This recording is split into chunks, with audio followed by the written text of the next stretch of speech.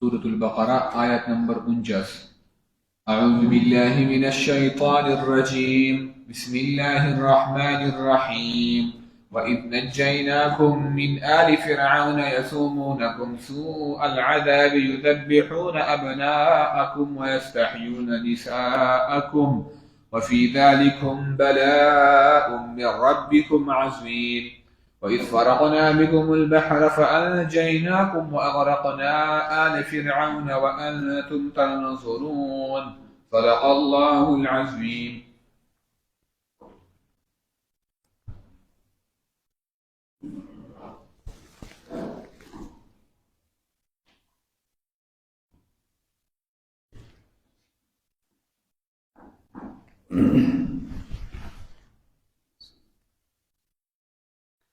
الحمد لله وحده والصلاة والسلام على من لا نبي بعده أما بعد قال الله تعالى في محكم كتابه أعوذ بالله من الشيطان الرجيم بسم الله الرحمن الرحيم وإذ نجيناكم من آل فرعون يسومونكم سوء العذاب إلى آخر الآية. اللہ تعالیٰ بنی اسرائیل تا خپل نعمتونه ذکر کوي او الله تعالیٰ ورته دا ځکه ذکر کوي چې ګوره ستاسو په پلار او په نیکه باندې ما دا نعمتونه کړي وو، نو پکار دا ده چې تاسو دغه نعمت په بدله کې د الله تعالیٰ شکریا ادا کوئ، د الله تعالیٰ عبادت وکړئ، د هغه سره شریک ونه ګرځوئ او د موسی علیه السلام خبره ومنئ. او بیا د نبی علیہ الصلوۃ والسلام په دور کې چې کوم یهودو نو دقه بنی اسرائیلو، نو الله تعالی ورته وایي چې ګوره د دینه مخکې خلکو باندې ما نعمتونه کړي دي، نو چې کوم خلکو د نعمت قدر کړی دی او د رسول خبره منلې ده الله تعالی ولې عزت ورکړی دی، او کوم خلکو چې د پیغمبر خبره نه ده منلې الله تعالی ذلیل کړي دي. نو د نبی علیہ السلام د زمانې یهودو دم الله تعالی پیغام ورکوي چې که تاسو د دې پیغمبر خبره ومنله عزتمن بشئ او که د مخالفت هم وکړو ذلیله بشئ. او د نبی علیه السلام امت ته پکې هم ترغیب دی چې که تاسو د نبی علیه السلام خبره ومنله الله تعالی به عزت درکړي. نو اوس یو نعمت ورته الله تعالی بل ذکر کوي چې وإذ نجیناکم من آل فرعون، هر کله چې موږ تاسو ته نجات درکو او کامیابي هم درکړه تاسو ته آل فرعون د لښکر د فرعون نه. اصل کې دا فرعونیان او دا بنی اسرائیل چې کوم نو بنی اسرائیل هم ډېر زیات پخوا اوسېدل په دې ځمکه کې. کله چې یوسف علیه السلام مصر ته راغی او بیا الله تعالی هغه له بادشاهي ورکړه، نو حضرت یعقوب علیه السلام یې راوغوښتو او د هغه چې څومره بچي وو چې د یوسف علیه السلام هغه مېرني وروڼو، نو هغوی ټول حضرت یوسف علیه السلام ته په سجده باندې پرېوتل او خوب الله تعالی رښتونی صادق کو. نو د دې نه بعد د بني اسرائیل چې کوم دي نو بني اسرائیل خو همدغه خلک دي چې د یعقوب علیه السلام اولاد دي، نو دوی په مصر کې اوسېدل او دوی چې دن ورځ په ورځ باندې زیاتېدل او د دوی نسل سیوا کېدو. خو د دې نه مخکې اصل کې دا فرعون چې کوم دی نو فرعون د مصر چې کوم بادشاه دی نو هغه ته فرعون ویل کېږي. لکه مثلا د یمن چې کوم بادشاهي نو هغه ته دوی تبع وایي. دغه شانته کې د ایران چې کوم بادشاهي د پاریس نو هغې ته کسرا ویل کېږي. د روم چې کوم بادشاهي نو هغې ته قیصر ویل کېږي. نو د یوسف علیه السلام په دور کې هم فرعون و. علما وایي چې هغه فرعون چې کوم دی هغه ایمان راوړی. نو دې خبر باندې تاسو ځان پوهې کوئ چې فرعون هر هغه بادشاه ته ویل کېږي چې هغه د مصر بادشاه ته به فرعون وي، او د روم بادشاه چې دی نو هغې ته به قیصر وي، او د ایران بادشاه ته به کسرا وي. نو دا دغه شانته کې د موسی علیه السلام په دور کې هم دا فرعون و او د حضرت یوسف علیه السلام په دور کې هم یو فرعون و نو هغه ایمان راوړی نو فرعون به بادشاه ته ویلی کېدو لکه زموږ په دور کې ورته وزیر اعظم وایي دی بل ته صدر وایي نو چې کله یوسف علیه السلام دی مصر ته راغی او الله بادشاهي ورکړه نو خپل وروڼه یې د ځان سره راوغوښتل نو هغوی په دې علاقه کې ډېرېدل تر دې پورې چې ډېر زیات شوه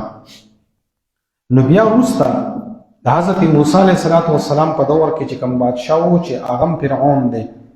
او د هغه خپل روم چې کوم دی نو ولید ابن مصعب ابن ریان دی ولید ابن مصعب ابن ریان دی د موسی علیه السلام په دور کې نو د خلکو وی چې دا خلک خو سیوا شو او اصل چې زمونږ د حکومت قبضه کی د الاخرانه قبضه کی نو د سی وو کو چې د دوی چې کوم الکان دي هغه به مونږ ایسته کې ذبح کوو حلاله وي او جنکۍ به پرېږدو هغه به زمونږ خدمتونه کوي نو فرعون حکم وکړو چې یاره بس دغه شانته کې وکړئ چې د الکان ولې وجنئ نو چې کله په دې وجلو باندې شروع وکړل علما وایي چې 90,000 الکان دی فرعون چې نو هغه مړه کړه نو بیا ورته د خپلو خلکو وي چې لکه دا داسې دوی مړه کېږي نو زموږ دا خدمتونه به څوک کوي دا خو به دا بوډاګان شي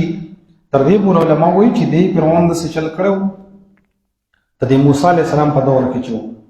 چې په نوجوانانو باندې به خدمتونه کول هغه اوس خبره پای کې کوو خو چې کوم به بوډاګان شو نو په هغوی باندې به جزیه مقرر کړه چې تاسو به زموږ په دې علاقه کې وخت تېروئ خو موږ به دومره پیسې راکوئ نو دوی ورته وایي چې دا خو به ټول بوډاګان شي نو زموږ خدمتونه به څوک کوي نو فرعون بیا حکم وکړو چې داسې چل وکړئ چې یو کال خیر دی د هلکان وژنئ ذبحه کوئ او یو کال چې دی نو هغه پرېږدئ خیر دی چې لږ د نسل لږ لویږي نو د الله تعالی حکمت ته وګوره چې په کوم کال باندې حکم کړی چې دا خلک پاتې کوي هلکان نو په هغه کال باندې هارون علیه السلام پیدا شو او په کوم کال باندې چې حکم وکړو چې دا خلک مړه کوي هلکان ووژنئ نو په هغه کال باندې حضرت موسی علیه السلام الله پیدا کړو بیا موسی علیه السلام لوی شو بیا د فرعون په دربار کې په سوره قصص کې هغه واقعه را روانه ده چې د هغه په کور کې الله تعالی لوی کړو نو مقصد مې د خبرې دا ده چې دا بني اسرائیل چې راغلي وو د مصر ته نو د هغې وجه دا وه چې دا یوسف علیه السلام راغوښتي او بیا ډېرېدل نو بیا فرعون وی چې دا حلالول پکار دی چې دوی نسل ختم شي لکه روم اوس هم د یهودو ګوره دا چال دی هغوی داسې کوي چې د مسلمان چې کوم نوجوان دی د هغه نسل کشي کوي تاسو ګورئ د میډیا کې تاسو به خبرېږئ نوجوانان هغوی وجني و چې دا مسلمانان ډېر نشي زموږ نه د علاقې قبضه کوي د دوی په نوجوان کې الله تعالی ډېر صلاحیتونه یې ښودي دي بلکې زما د ذهن مطابق زه یم چې دا زموږ د علاقو خلک چې کوي نو د نوجوانان دا په دې تعلیم کې په ټکنالوژي کې ډېر قابلان دي او هغه خلک چې کوم دي نو هغه دومره قابل نه دي د هغې یو وجه ماته ښکاري یو خدای چې اکثره هغوی د نشو او د دې قصو مسلو سره عادت یو فحاشي پکې زیاته ده دویم دا دی چې ګوره پخوا به تاسو سوچ کړی و په دې سکولونو کې به چې کله چوټي کېده نو به لاسونه ورکړه پاړی به وي 1 2 9 2 او 2 2 4 اوس دا 4 مار ختم شو اوس ټول شی چې دی نو هغه کالکولیټر دی موبایل دی نو څوک په دې هم نه پوهېږي چې لکه 7 او 8 څو شي نو ډایرکټ موبایل دی 7 جمع 8 استجواب راوباسي نو د هغوی په دې دور کې د مخکې نه دغه داسې کیسې را روانې وي د هغوی ذهن خپل نه دی چلولی او زموږ د علاقو خلک چې دي نو دوی ځان په دې باندې کړی نو غالبا زموږ د علاقو خلک چې دي نو هغه قابلان دي نو هغوی سوچ داسې کوي چې داسې خلک هغه زموږ په کار راشي ځکه د هغوی خو دومره په کار نه راځي نو زموږ د علاقو خلک هغوی بوځي په مختلف بانو باندې په مختلف چلونو باندې نو یا خو د ځان لپاره استعمال کړي چې هغوی په ټکنالوژي جوړوي یو او یا چې داسې وس نه رسېږي نو هغوی زموږ نوجوان نسل بربادوي په مختلف طریقو باندې مختلف هغوی سورسز راوباسي او که دغه وس یې رسېږي نو اوس ته یې وژني د هغې وجه دا چې د هغوی مقصد دا دی چې دا مسلمانان ډېر نه شي او زموږ مقابله ونه کړي دا د هغه فرعون د وخت نه د دوی دا نظریه ده نو تاسو به څوک ما سره اتفاق کوئ او څوک به نه کوئ خیر دی خو بس ما یو خپله خبره راته وکړه نو بني اسرائیل چې کله د مصر ته راغلي نو د هغې وجه دا و چې یوسف علیه السلام راغوښتي و یو نو بیا فرعون حکم وکړو چې دا وجل غواړي دویم دا دی چې د فرعون په خپله باندې یو ځل خوب ولیدو خوب یې داسې ولیدو چې هغه د بیت المقدس ته طرفه اور راغی او زمونږ چې دا څومره زما لښکر دی او دا قبطیان دي دا ټول یې وسوځول او بني اسرائیل چې کوم دي نو هغه پاتې شو هغه د اور ونه سوځول نو دا هغه وخت خلکو ته تعبیر ورکړو چې الله تعالی په دې بني اسرائیلو کې داسې یو سړی پیدا کوي چې ستا دا بادشاهي به د هغه د وجې نه په خطره کي. نو فرعون وایي چې ښه، نو هغه حکم وکړو چې یاره بس هلکان استعلالوئ چې دی پیدا کېږي نه ایسته ختمېږي. هغه ته څه پته و چې زما په کور کې به الله تعالی لویوي حضرت موسی علیه السلام.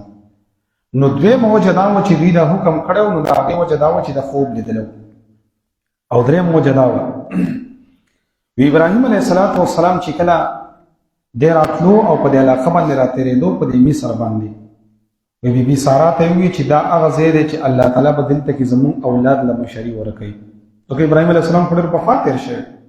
یوسف علیه السلام خو ډېر وروسته راغلی. نو دی ابراهیم علیه السلام وی چې زموږ اولاد له به الله تعالی دلته مشري ورکوي. نو دا خبره بیا چلېده چې یاره یو پیغمبر دی هغه داسې خبره کړې ده چې په دې علاقه کې به ګورې بني اسرائیل چې دی هغه به حکمراني کوي. نو فرعون وایي چې ښه دوی به حکمراني کوي. نو هغه حکم وکړو چې مړه د پیغمبر دا خبره زه غلطه ثابتوم او راځئ دا هلکان ول ووژنه چې دی زموږ نه څنګه مشران کېږي. خو چې الله تعالی ته کومه منظوره وه حق بني اسرائیل د دې علاقو مشران شو، د دې الله تعالی غرق کړه. نو دا مې دا درې قوله ځکه ذکر کړه چې ذهن ستاسو په دې خبره باندې پوه شي چې د فرعون ولې ویلي چې دا هلکان ووژنئ. نو د هغې درې وجې دي.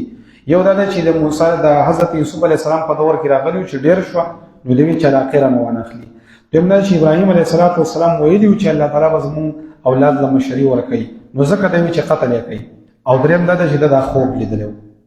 نو الله تعالی فرمایي وإذ نجیناکم من آل فرعون، چې کله مونږ تعالی نجات درکو، تاسو له نجات درکو د آل د فرعون نه. نو آل خو اولاد ته ویلی کېږي، د دې فرعون چې دی نو د خو نارینه اولاد نه. نو څنګه الله تعالی وایي چې د دې خاندان د فرعون نه او د بچو د فرعون نه؟ نو علما وایي چې ګوره اصل کې اولاد هغه اولاد ته ویلی کېږي چې هغه د پلار په نظریه او په عقیده باندې رواني. وایي د هغې دلیل دا دی چې نبی علیه الصلاة والسلام فرمایي کل تقی و نقی فهو آلی. هر هغه متقی انسان چې هغه کې تقوا موجوده ده دا زما د خاندان سړی دی، اگر کده سید نه دی. او بل دلیل پیدا دی چې د حضرت نوح علیه السلام په باره کې الله تعالی فرمایي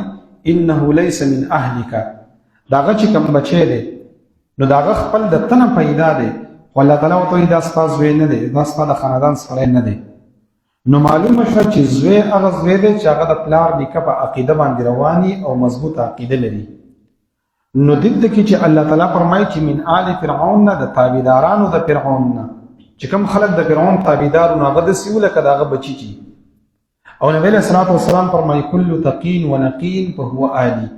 هر متقی انسان زما د خاندان سړی دی. او چې کوم انسان کې تقوا نشته دی، په هغه کې للهیت نشته، نو اگر که هغه ځان ته بیا نسبت کوي چې زه سید یم، زه پلانکې یم، زه پلانکې یم، خو د هغه به بیا حیثیت نشته. دې نه دا معلومیږي. نو ځکه الله تعالی وفرمایل چې نجیناکم من آل فرعون، نجات مې درکړو تاسو ته د تابعدارانو د فرعون نه. یصومونکم سوء العذاب، چې رسول به تاسو ته بد عذابونه. نو څنګه عذابونه به رسول؟ د ټول نه غټ عذاب خدا دی چې ماشومان به وجل، دا غټ عذاب دی. دویم دا دی چې دوی نه خادمان جوړ کړي. نو چا به داسې کول چې کاڼي به راوړه د غرونو نه، چا به چې دی نو ګیډي راوړه، چا به جزیه ورکوله، او زنانه چې کومې مشرانې وي نو په هغوی باندې به یې سرخې کولې، مطلب دا ګنډل به یې کول، د هغوی کار دا و. او دغه شانته کې مالش به پې سڼل، د هغوی کار دا و. دوی غلامان جوړ کړي. نو الله تعالی فرمایي یصومونکم سوء العذاب، چې د رسول به تاسو ته بد عذابونه. او عجیبه خبره دا ده چې دا غلامي په خپله باندې لوی عذاب دی. دا انسان په دې جیل کې چې دی نو الله تعالی دې هېڅ چاته نه ښایي، او په دې جیل کې دا انسان ولې تنګي؟ د هغې وجه دا ده چې په دې جیل کې د غلامۍ ژوند دي، آزاد نشي تېرېدی، یو ځای کې په خپله مرضۍ ورته کېدی نشي، راپاڅېدی نشي، چکر نشي ولی. نو دا غلامي په خپله باندې یو لوی عذاب دی. او په اسلام کې چې دی نو د غلامۍ تصور نشته چې انسان دی د بل انسان غلامي وکړي. هو احترام شته، ادب شته دی، اصول شته، ضابطې شته، خو ذهني غلامان چې دی نو دا په اسلام کې بالکل نشته. د عمر رضی الله تعالی عنه په دور کې یو سړی راغی او هغه ویل د همس چې کوم گورنر دی عمر صاحب به د حج په موسم کې کلي کچهري لګوله. حج موسم چې و د ټول عالم نه به خلک راتله، نو عمر صاحب به کلي کچهري ولګولې که د چا څه شکایت نو ما ته وایه. یو سړی یو ځل پاسې دی وایي د هند چې کوم گورنر دی وایي د هغه زوی زه په سود باندې والی یم او ظلم یې راباندې کړی دی ما هېڅ جرم نه و کړی نو عمر رضی الله تعالی عنه وایي د حمص گورنر راغلی وی آو وی زوی ورسره شته وایي آو د ټولو خلکې مخې را حاضر کړو او دې سړي ته وایي اول وله دا پلار وه بیا وله دا زوی وه دې سړي ورته یاره وایي جی وایي زه خو دې پلار نه یم ولی زه خو دې زوی والی یم وایي نه نه وایي دې پلار وله ځکه ووایه چې د ده د دې عهدې د وجې نه خو دې زوی دومره سختي وکړه که نه ستا سره نو ول وله دا پلار برابر کړه او بیا دا زوی ووایه چې کله دې هغه بدل واغستو نو عمر صاحب ورته ډېره تاریخي جمله ووایي او دا هغه جمله ده چې د دې وجې نه یو څو کاله مخکې په دې امریکا کې یو سټال لګېدلی او په هغې کې په مختلف خلکو کتابونه پیش کول یو غیر مسلمه زنانه وه نو هغې دا سټال کې یو کتاب لګولی و د هغې د وجې نه هغې ته انعام میلاو شوی هغه کتابونه زه د حضرت عمر رضی الله عنه په سیرت باندې هغې راجمع کړي نو چا ورته ووایي چې لکه ته خو غیر مسلمه یې او تا د عمر صاحب په تاریخ باندې دا کتابونه ولې راجمع کړي هغې ویل زما سره یو کتاب دی او په هغې کې یو جمله ده د هغه جملې نه زه متاثره شوی یم او د عمر صاحب دا کتابونه مې ځکه راجمع کړي وایي کومه جمله ده دقه واقعه پکې راواړوله وی عمر صاحب دې سړي ته ویلي د حمص د گورنر دی بچي ته چې مته استعبدتم الناس وقد ولدتهم امهاتهم احرارا چې دا تاسو د کوم وخت نه دا خلک غلامان جوړ کړي دي مور پلار دوی آزاد زېږولي دي او تاسو غلامان کوئ وی د دې جملې د وجې نه په ما باندې اثر شوی دی او زه د عمر صاحب چې د نوپال ورځ او د هغه زما قاید او زما رهبر دی نو د عمر رضی الله تعالی عنه دې سړي ته دا ووایي چې تاسو ذهني غلامان ولې خلک جوړوئ نو په اسلام کې ذهني غلامي چې کوم ده نو هغه چېرته کې نشته یو سړی مثلا که تا په جیل کې بند کړي په پنجره کې دې بند کړي او چې ذهن دې غلام نه نو ټیک پی او چې ذهن دې کله غلامي نو که بیا ته آزاد وي نو بیا غلامي نو خپل ذهن چې دی هغه به آزاد ساتي خپل ذهن به د چا پابند کې نه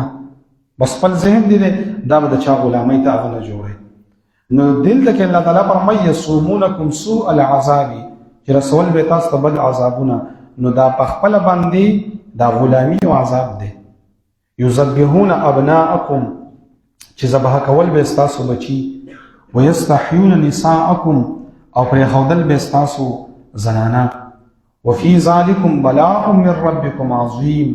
او پدې کې لوی ازمایش او تاسو طرفه یو لوی ازمایش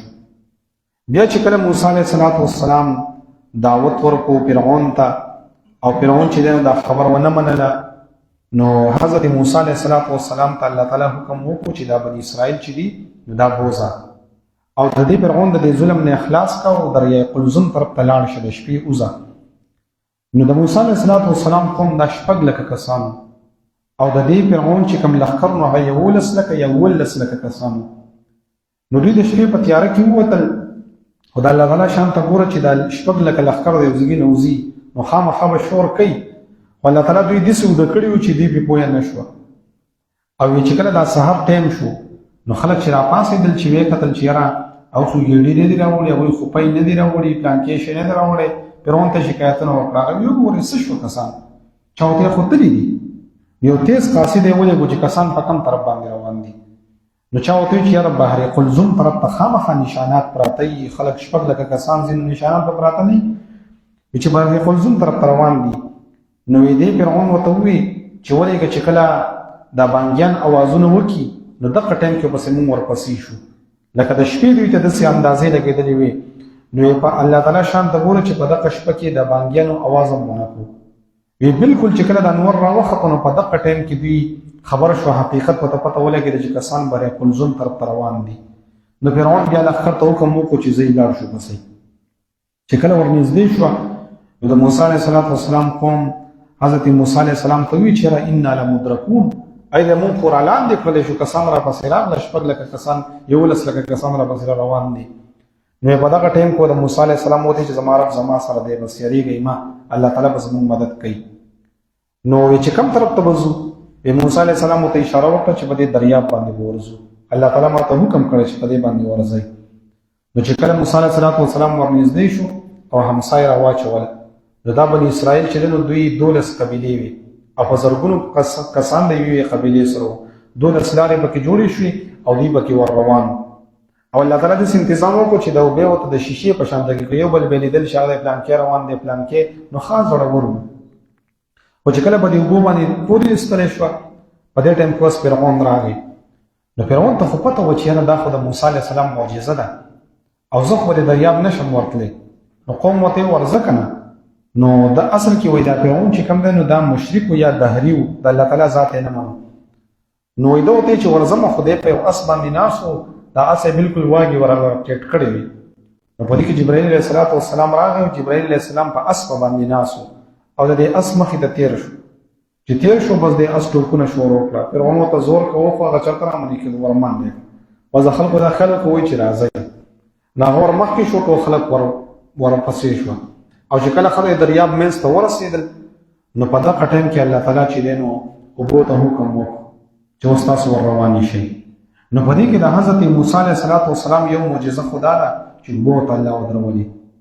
دویمه دا ده چې لارې پکې الله تعالی جوړې کړې او دریم دا دی چې د فرعون نه په دې ټایم کې الله تعالی عقل ایسته کې لرې کړو ایس تړون کړو شو ور روان شو او بله دا و چې د اس زور کوو نو ده نه شو رامنې کولی او څلورمه معجزه پکې دا چې دا ټول الله تعالی په یو ځای باندې غرق کړه او بله معجزه پکې دا چې دا شپږ لکتې بلکل ټیک ټاک ووتل هغه طرف ته اوس که چېرته کې دا داسې وي چې نیم پکې پاتې وي او نیم پکې بیا به ډېره ګرانه الله تعالی ته هغه ښه په صحیح طریقه باندې پورې ایستل او دوی ورته کتل نو چې کله دی منځ ته شوه الله تعالی اوبو ته حکم وکړو اوس ورځئ پې نو په دې کې د الله تعالی قدرت دا دی چې د اوبو طبیعت دا دی چې هغه وړل کوي او چې الله تعالی ورته حکم وکړي بیا اوبه وړل نه کوي لکه د چړې طاقت او د هغې طبیعت دا دی چې انسان غوڅ کړي او چې ابراهیم علیه السلام چړه راښکودله الله تعالی ورته اسماعیل علیه السلام به نه خوږې نو بیا یې کار نه کو نو هر څه چې کوي دا د الله تعالی په حکم باندې کېږي لکه مثلا اکثر زلزله راشي حالات راشي نو خلک وایي یاره دا به د ځمکه کې پلیټونه دي دا دي هغه دي موږ وایي بلکل ټیک ده د یو شیز لپاره مختلف اسباب کېدی شي خو د اسباب پیدا کوونکی څوک دی الله تعالی دی اسباب موجود دي خو چې الله ورته حکم نه دی کړی بیا نه کېږي نو د الله تعالی په حکم اسباب کېدی شي د هر شیز لپاره اسباب دي لکه مثلا زه دا مایک دی دا اواز کوي نو دا یو سبب دی چې بلوټوت مونږ کنیکټ کړی دی اوس که الله تعالی وغواړي نو دا مایک به یي خو چې الله ورته حکم وکړي بیا به اواز نه کوي نو د هر شیز لپاره مختلف اسباب کېدی شي خو مؤثر او حکم کوونکی به کې څوک دی الله تعالی لکه څنګه چې اوبو ته حکم وکړو نو دا ټول پکې الله تعالی غرق کړه او هغوی هغه طرف ته پورې وستل نو دا بني اسرائیل چې کومونو ما خو تاسو ته وویل چې دوی په دې ذهن کې غلامي وه نو د دې یقین نه راته یاره وایي هغه څومره لوی رب دی او دومره هغه څنګه غرق شوی هغه زموږ یقین نه راځي چې هغه به چېرته غرق شوی نو الله تعالی ته موسی علیه السلام درخواست وکړو چې الله تعالی دا فرعون چې دی ورته سالم راواچوه د دریاب دې غاړې ته چې دا خلک یې ویني نو الله تعالی دا دریاب غاړې ته راواچو او د ټولو بني اسرائیل ولیدو چې دا ګوره خولې وازه نیولې ده او هغه دی مړ شو نو بیا د هغې نه بعد یقین راغی بیا چې د دې دریاب نه پورې وتل نو په کار خو دا وه که نه چې ګوره دومره لویه قرباني وشوه دومره دریاب ته را پورې وستل په کار ده چې د الله تعالی ټیک ټاک عبادت یې شروع کړی نو بیا دوی څه چل کوي اب انشاءالله بیا ووایو د موسی علیه السلام نه چې دی نو زړه یې ورته شین کړی دی او ورته یې ووایي دوی بله کوي ورته یې ووایي دوی بله کوي اب انشاءالله بیا ذکر کو چې دوی کومې کارنامې کوي نو دې کې مونږ ته عبرت دا دی چې ګوره د ځانه بني اسرائیل مه جوړوئ لکه اکثر خلک وایي ځانه بني اسرائیل مه جوړوئ مطلب دا دی چې ټیک ټاک تابعداري کوئ وَإِذْ نَجَّيْنَاكُمْ او هر کله چې نجات درکو مونږ تاسو ته من آل فرعون د تابعدارانو د فرعون نه یسومونکم چې رسول به تاسو ته سوء العذاب بد عذابنا یذبحون ذبح کول به ابناءکم ستاسو بچی نارینا ویستحیون او پریخودل به نساءکم ستاسو زنانا وفی ذالکم او پدی کی بلاء من ربکم ازمایش دے ستاسو درب دا طرفا عظیم لوی ازمایش وَإِذْ فَرَقْنَا بِكُمُ الْبَحْرَ حکر چی اوچو من پتاسو باندی دریاب فَأَنْجَيْنَاكُمْ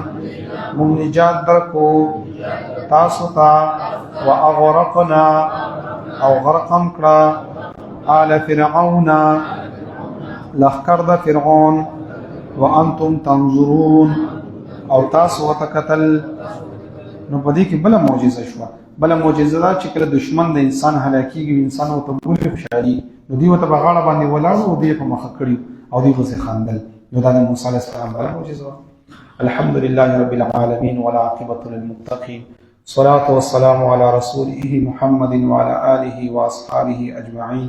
ربنا تقبل منا إنك أنت السميع العليم وتب علينا يا مولانا إنك أنت التواب الرحيم.